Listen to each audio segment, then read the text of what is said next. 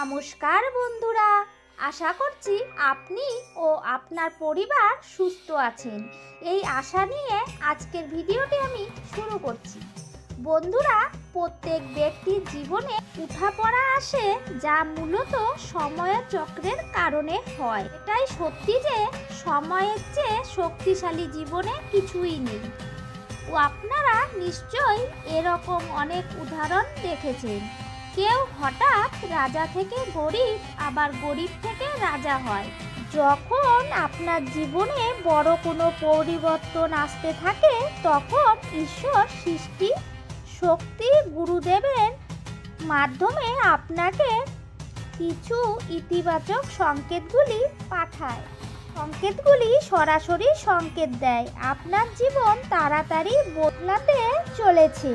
এই সংকেত পেলেই আপনার জীবন আগের মতো থাকবে না। এক অসাধারণ পরিবর্তন জীবনে আসতে চলেছে। কাজেই এই আজ 9টি সংকেত নিয়ে চলে এসেছি বন্ধুরা।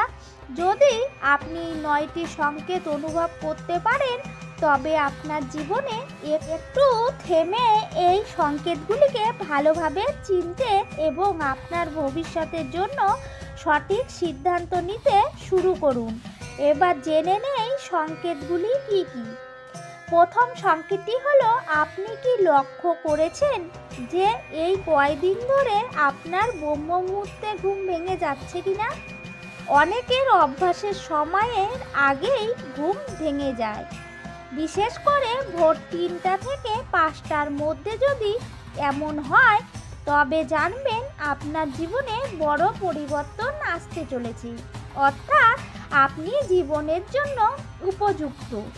যে সঠিক পথ এবং যে সঠিক বিচার দরকার, তা পাওয়ার জন্য আপনি প্রস্তুত। এর থেকে বুঝতে পারবেন আপনার জীবনে ভালো কিছু ঘটতে চলেছে। দ্বিতীয় সংকেতটি হলো, আপনার আচরণের সাথে সম্পর্কিত। অনেক সময় আপনি আনন্দিত বোধ করছেন, কোনো কারণ নেই, কোনো কারণ ছাড়াই আপনি এমনিতেই আপনার মন আনন্দিত হচ্ছে। তবে বুঝবেন ঈশ্বর আপনাকে ভালো ইঙ্গিত দিচ্ছে। এই সংকেতটি অত্যন্ত ইতিবাচক। আপনি আনন্দিত হলে ঈশ্বর খুব শীঘ্রই আপনার জীবনে সুখের মুহূর্ত নিয়ে আসবে। খুব শীঘ্রই আপনি যা কষ্ট পেয়েছেন তা দ্রুত শেষ হতে চলেছে। এবারে বলি তৃতীয় সংকেত। এটি আধ্যাত্মিক ধারায় বিস্ময়কর সংকেত। যদি আপনি লক্ষ্য করেন যে গরু প্রতিদিন আপনার বাড়িতে আসছে, খাবারের জন্য ডাকছে, তাহলে এটি অত্যন্ত শুভ সংকেত। যদি পাখি বা কোনো প্রাণীরা আপনার বাড়িতে বাসা বাঁধছে, তবে এটি খুব আশীর্বাদপূর্ণ, শুভ একটি সংকেত। পাখিদের কিচিরমিচির দিন দিন আপনার বাড়ির চারপাশে বৃদ্ধি হয়, তাহলে এটিও একটি সংকেত যে আপনার জীবনে খুব শীঘ্রই একটি বড় ইতিবাচক পরিবর্তন আসতে চলেছে। কারণ প্রাণী ও পাখিরা জীবনে আসন্ন পূর্বাভাস আমাদের আগেই পেয়ে যায়। এরা আমাদের আগে থেকেই জানিয়ে দেয়। চতুর্থ সংকেতটি হলো অত্যন্ত সৌভাগ্যজনক।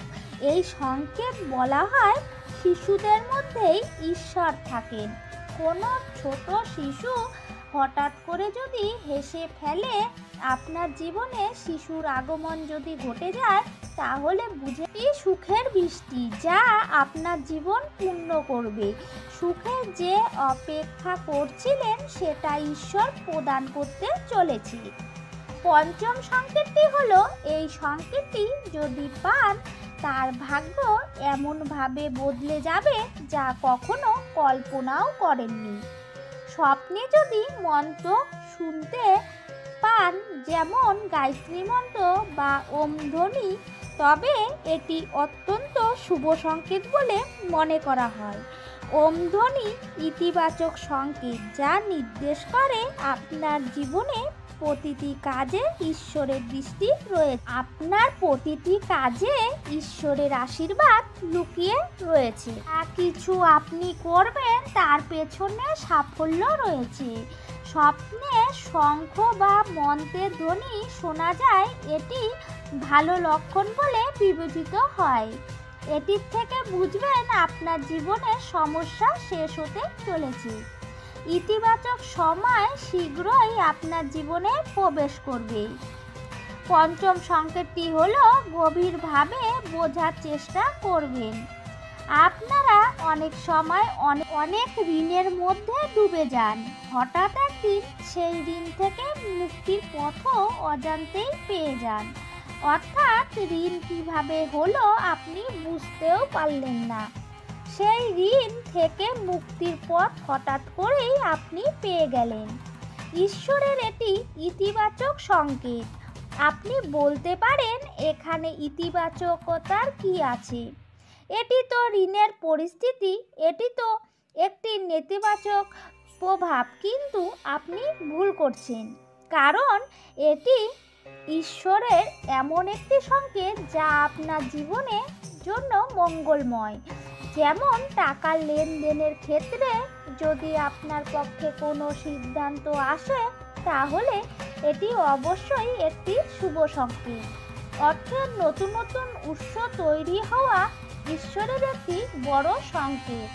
এটি নির্দেশ করে যে আপনার জীবনে আর্থিক সমস্যা শীঘ্রই শেষ হতে চলেছে, অর্থ আসতে চলেছে।